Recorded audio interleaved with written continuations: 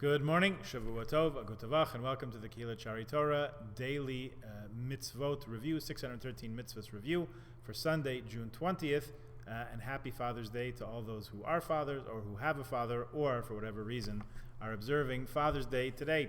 Thanks, Hallmark. Our next mitzvah, positive mitzvah, mitzvah number 16, is Hakel, the mitzvah to assemble during the Feast of Tabernacles, during Sukkot.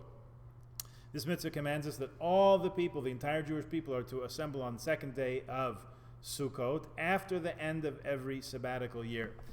So next year is a Shemitah year, starting this Rosh Hashanah, coming up in a little bit less than 3 months, is a Shemitah year. Following that, it will be a Hakel year. Hakel is this idea of gathering all the people together. Now, it's supposed to be in the temple.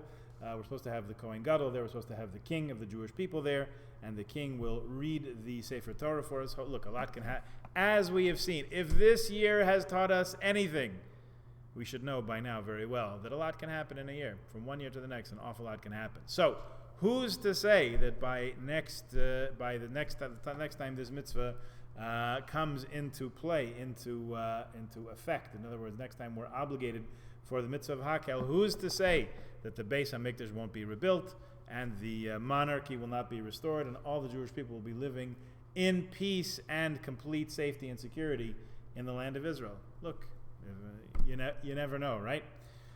So we're supposed to gather together and we're supposed to hear the words of the Torah read, and this is one of the last mitzvahs of the Torah, by the way, and it's discussed in, as we said, at the very end of Devarim there. Trying to find a mention in the Gemara where it's discussed. Rambam talks about it in Mishnah Torah, the laws of Chagiga, of festivals. Okay, oh, here it is, the 7th chapter of Tractate Sota. So when you get around in your learning to coming across Tractate Sota, you'll find the discussion there.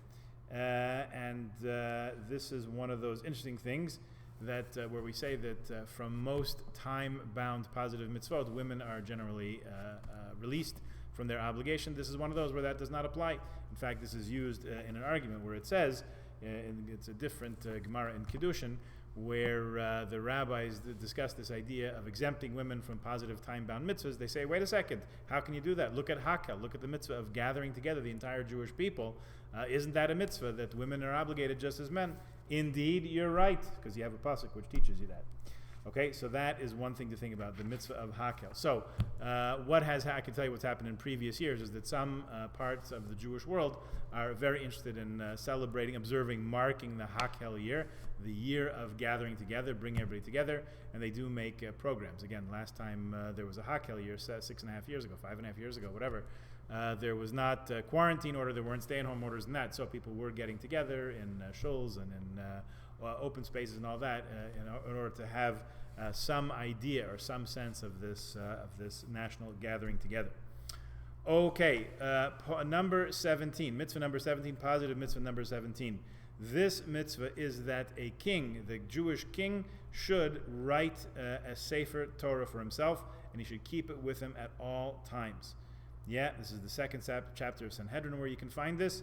The king has to write himself a Sefer Torah and take it with him even when he travels. Now, when we talk about, people are fond of saying, I don't keep all the mitzvot. So I say, you know what? Nobody keeps all the mitzvot. Because here you have an example of a mitzvah which does not apply to those of us who are not kings of Israel, which are pretty much all of us, as far as I know.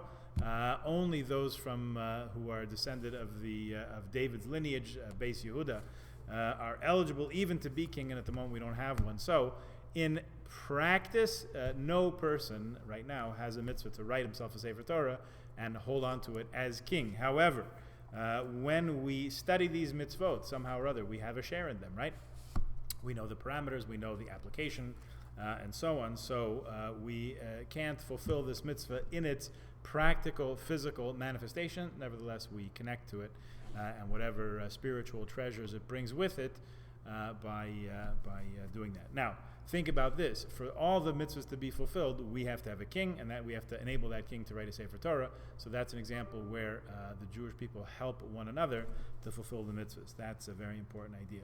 We will speak tomorrow about the attendant law to this, which is that each individual should write a Sefer Torah also. The king actually is going to wind up having two if you're keeping track. We'll talk about that more tomorrow. Please join us then. Have a good day.